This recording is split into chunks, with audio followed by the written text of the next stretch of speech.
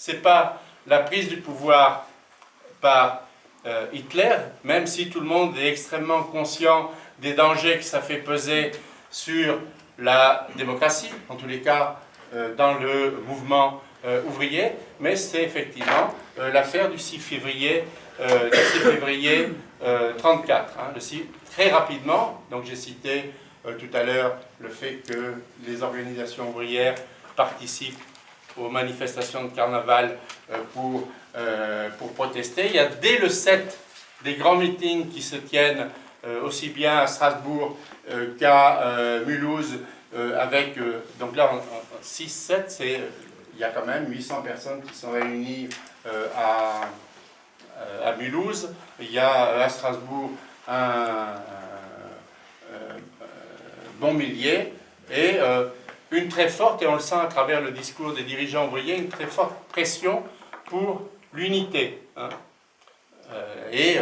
Tout le monde est obligé de faire référence à l'unité nécessaire, même si quelque part on retrouve dans les discours, si on regarde de près, eh bien les communistes ne peuvent pas s'empêcher de dire que finalement les socialistes sont des traîtres potentiels, et que les communistes se laissent manipuler par les cléricalos fascistes. Oui, bon, je ne vais pas entrer dans le... non, ça c'est bon, on va passer. Après, donc ces ruptures en février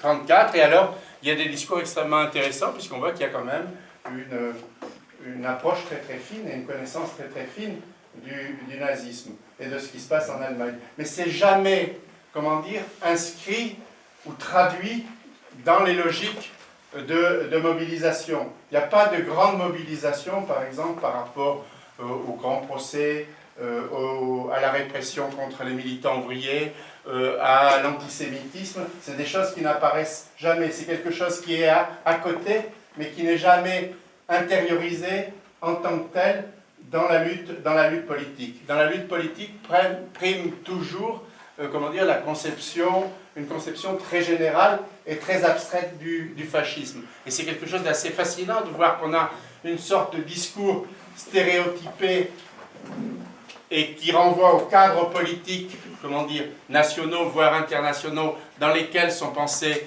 le fascisme, et une connaissance fine des réalités du nazisme, mais sans que ce soit traduit, je ne sais pas si c'est clair, sans que ce soit traduit en termes politiques.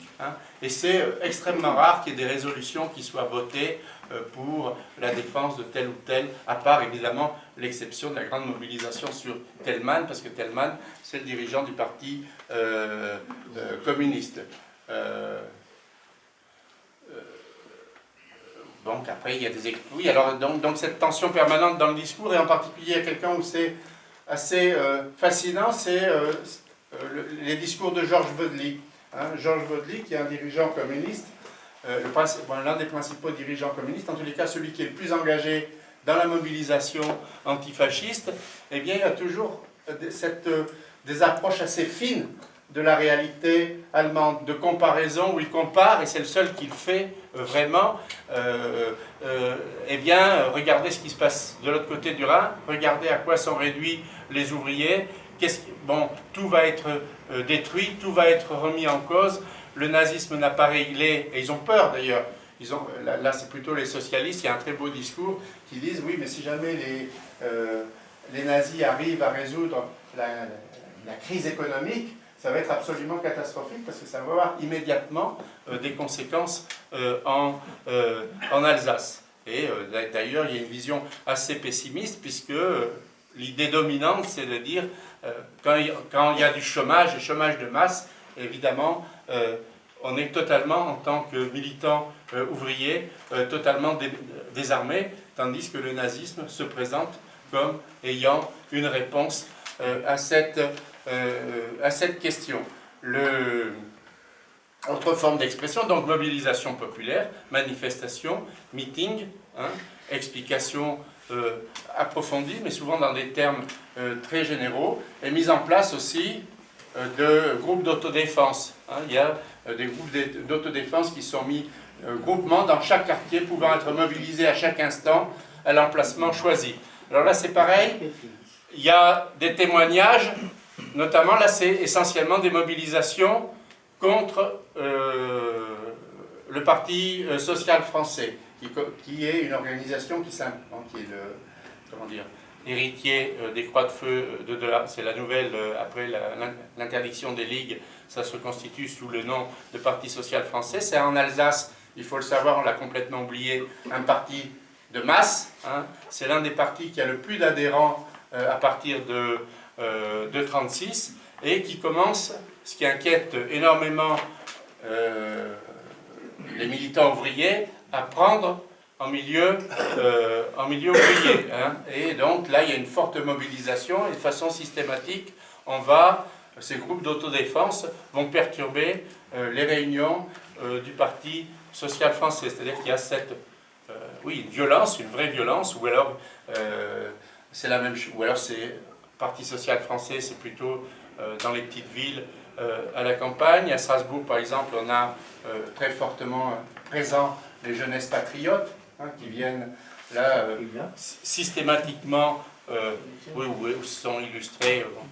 Par exemple, Pierre Fimelin était militant des jeunesses patriotes, et les jeunesses patriotes, son frère était l'un des dirigeants de l'association étudiante, et viennent perturber les meetings. Il y a des groupes d'autodéfense, les Castagnes, régulièrement, notamment le grand lieu, mais ça a duré pratiquement jusqu'en 68, à la ville de Paris. Hein, certains d'entre vous en souviennent, il y avait une très grande salle où se tenaient souvent des réunions, et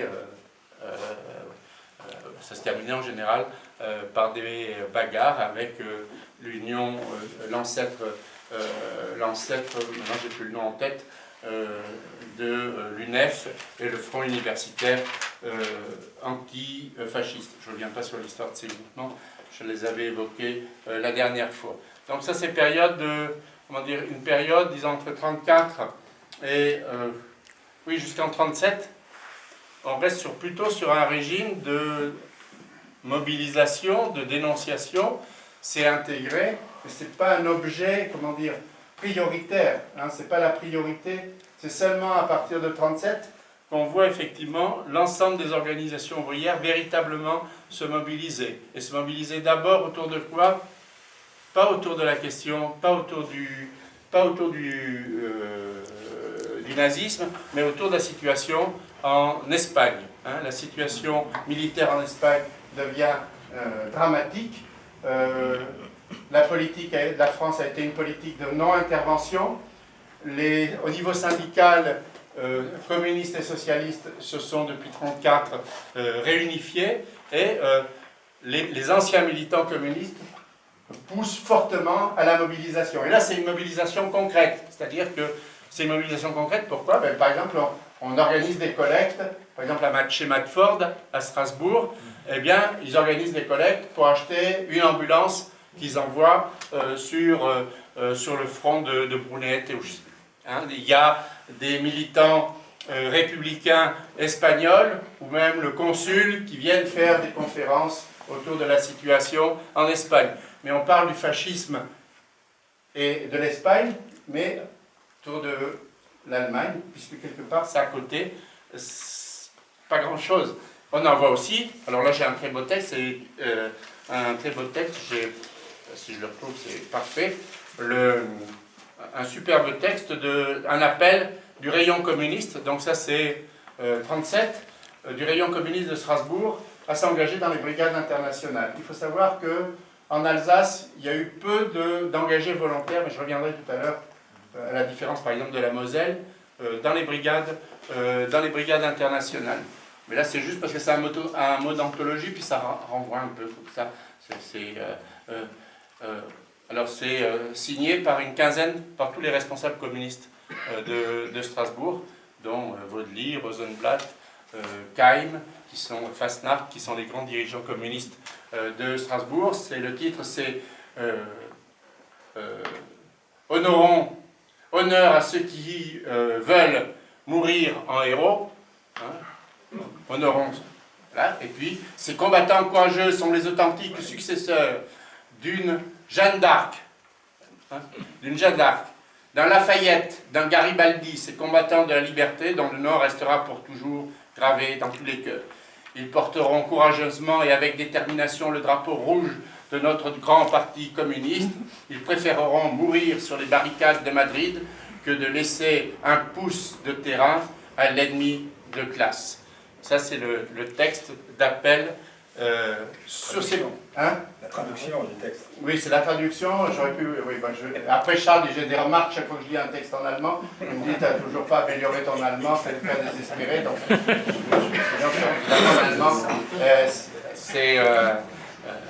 Donc, c'est la traduction, effectivement, de l'appel à s'engager dans les brigades internationales, qui a un succès limité, relativement limité en Alsace. On en a compté environ 150, c'est certainement plus. En tous les cas, c'est ceux qui sont, par exemple, recensés dans le métron. Hein, mais il y en a certainement plus. J'ai regardé très vite, je n'ai pas eu le temps de faire la comptabilité sur les dossiers d'archives qui recensent.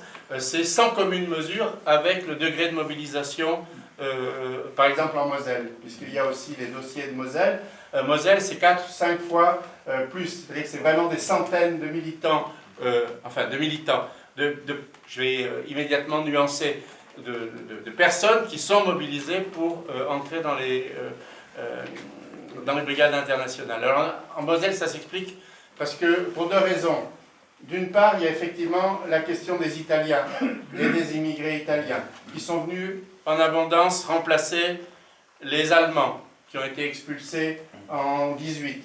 Donc on a pris de la main-d'œuvre italienne et souvent cette main-d'œuvre italienne elle est très engagée, réprimée systématiquement par la police, voire renvoyée souvent en Italie dès qu'elle manifeste. Donc il y a une vraie sensibilité à la thématique antifasciste, mais pas liée au nazisme, plutôt liée au mussolinisme. Et il y a aussi un autre aspect qu'on ne doit pas négliger, qui est complètement d'actualité. On voit que dans les profils des militants, entre guillemets, qui s'engagent, il y a beaucoup de chômeurs, sans emploi. On leur promet un emploi, un travail.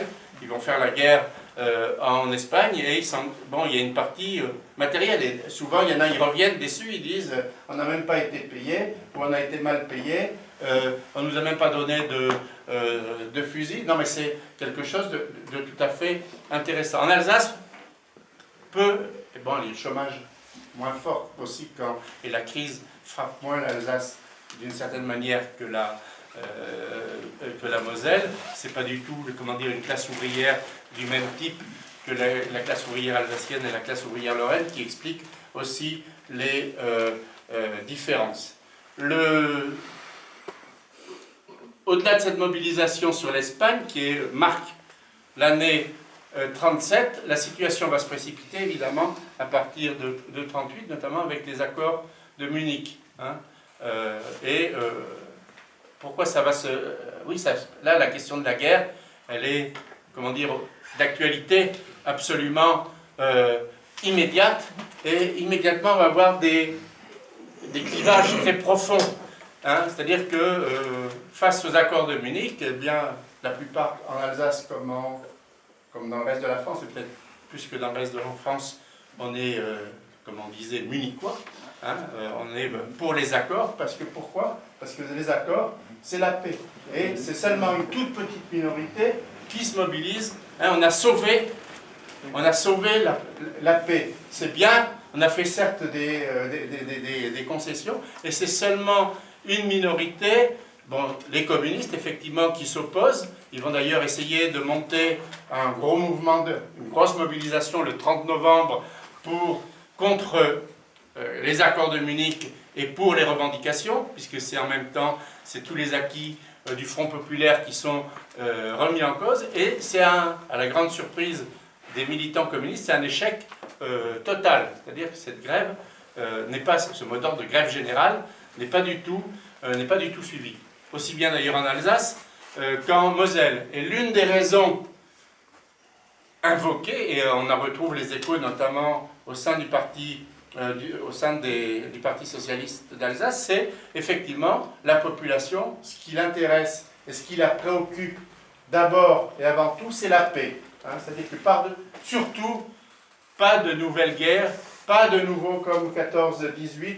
Nous, Alsaciens, Lorrains, nous savons exactement ce que ça coûte et on n'est pas prêt à faire la guerre. On le retrouve d'ailleurs de façon tout à fait... c'est très intéressant, j'ai cité tout à l'heure et je conclue là-dessus, j'espère que je n'ai pas été trop long. Philippe Husserl, on voit très bien l'évolution dans son journal, puisque au fil des jours, effectivement, il suit de près les élections, c'est un institut, il est parfaitement bilingue, il suit de près les élections en Allemagne, et puis peu à peu, on voit de façon presque au quotidien monter l'angoisse par rapport à ce qui se passe en Allemagne. Et bon, après Munich, il est content. Hein. La paix a été sauvegardée. Lui, il est d'autant plus bien informé puisqu'il a l'un de ses gendres qui vit en Allemagne. Hein. Sa fille est mariée à un Alsacien qui a été